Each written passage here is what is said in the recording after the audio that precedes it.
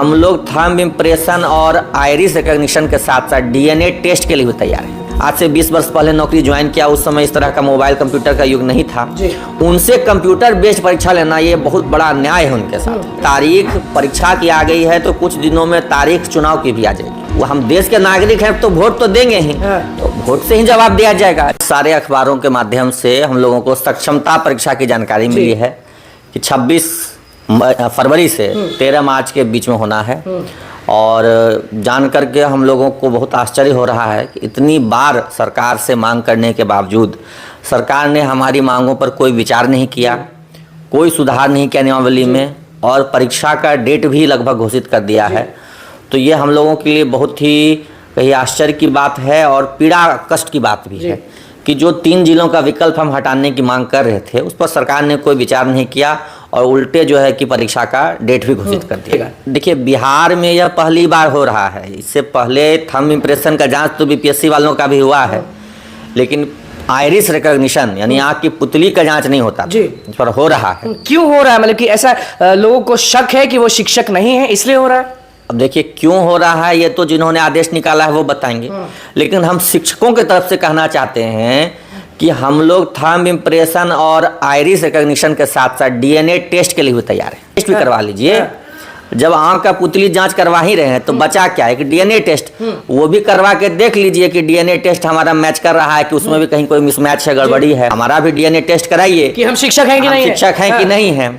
यही जब बचा रह गया है बिहार में तो ये भी करा के हम लोग तो बरसों से शिक्षक हैं। कितने साल से पढ़ाते हैं फिर से एक बार बता दीजिए। बार मैं तो 11वां वर्ष में प्रवेश कर गया और कई साथी हमारे 20 साल से पढ़ा रहे हैं। 2003 में जो बहाल हुए तो उनका भी आंखों का जांच, उनका भी आंख का जांच होगा। आंख के साथ साथ मैं अनुरोध कर रहा हूं सरकार से कि डीएनए टेस्ट भी करवा लीजिए। उसके लिए तैयार है? हाँ, सब आंख का हम टेस्ट दे रहे हैं तो थोड़ा सा खून भी दे देंगे, उसमें डीएनए का जांच भी हो जाएगा। और इस बार हम लोग सुन रहे हैं ऑनलाइन परीक्षा होगी, और ऑनलाइन परीक्षा होगी तो सोचिए कि ऐसे जो शिक्षक जो 50-55 बरस के हो गए हैं, जिन्होंने जीवन में कभी कंप्यूटर की दक्षता हासिल नहीं की, कंप्यूटर नहीं चलाया है, बहुत सारे ऐसे मैं शिक्षकों को जानता हूं जो स्मार्टफोन भी ढंग से नहीं चला पाते हैं क्योंकि उनकी पीढ़ी में उस वक्त नहीं था। उन्होंने आज से 20 वर्ष पहले नौकरी ज्वाइन किया, उस समय इस तरह का मोबाइल कंप्यूटर का युग नहीं था। उनसे कंप्यूटर बेस्ड परीक्षा लेना ये बहुत बड़ा अन्याय है उनके साथ। अब तो ऑनलाइन की बात हो रही है, तो ऑनलाइन में तो जिनको आदत नहीं है, प्रैक्टिस नहीं है कंप्यूटर बेस्ड टेस्ट देने का, तो उनको तो बहुत दिक्कत होगी। और आप देख रहे हैं सेंट्रल टीईटी होती है, इतनी बड़ी परीक्षा पूरे देश में होती है, वो 25 लाख लोग देते हैं, वो ऑनलाइन के बदले हम पेन एंड पेपर हो रहा है पिछले 2 वर्ष से। तो ये पता नहीं बिहार बोर्ड की या सरकार की क्या जिद है ऑनलाइन परीक्षा करवाने की, ये समझ से परे है। अव्यवहारिक भी है। अव्यवहारिक इसलिए है कि देखिए, जो बुजुर्ग शिक्षक हैं जिनकी एक उम्र काफ़ी हो चुकी है, उनको मतलब कंप्यूटर की जानकारी नहीं सही से, वो कैसे टेस्ट दे पाएंगे? घबराहट होगी, बेचैनी होगी, पहली बार किसी चीज़ का इस्तेमाल कर। मांग की थी कि बिहार बोर्ड क्यों, बीपीएससी हमारी परीक्षा ले, लेकिन परीक्षा के बाद हमको मिलेगा क्या ये पहले सुनिश्चित किया जाए कि परीक्षा के बाद हमको क्या हासिल होना है, कितने प्रतिशत वेतन वृद्धि होगी, कितने प्रतिशत का हमें लाभ मिलेगा वेतन में, ये सब चीज हम लोग को क्लियर होना चाहिए। 3 अलग अलग जिलों में भेजने की जो बात होती है बार बार, उसका निराकरण होना चाहिए। अब इस उम्र में, इस अवस्था में किसी का घर परिवार बस गया है, घर बना लिया, बच्चे पढ़ रहे हैं, सबको छोड़ करके वो कैसे दूसरे जिले में चले जाए? तो ये सब पर क्लैरिटी नहीं आई, कोई क्लियर कट हम लोगों को वहां से निर्देश नहीं मिला, तो कुछ बिल्कुल भी नहीं चल रहा है। और न जाने शिक्षकों से सरकार को क्या दुश्मनी है।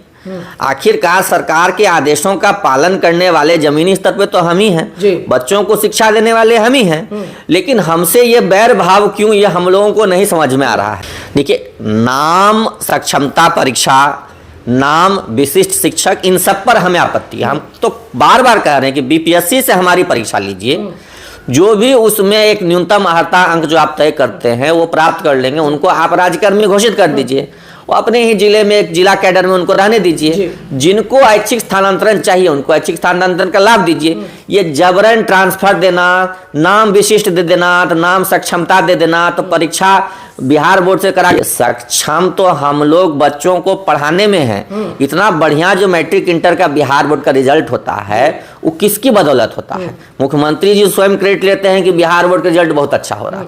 तो कौन अच्छा रिजल्ट दे रहा था? हम ही नियोजित शिक्षक न पढ़ा रहे थे। एक तो विद्यालय में शिक्षकों की घोर कमी थी। आप देख रहे हैं कि 2 लाख शिक्षकों की बहाली हुई, बहुत अच्छी बात है।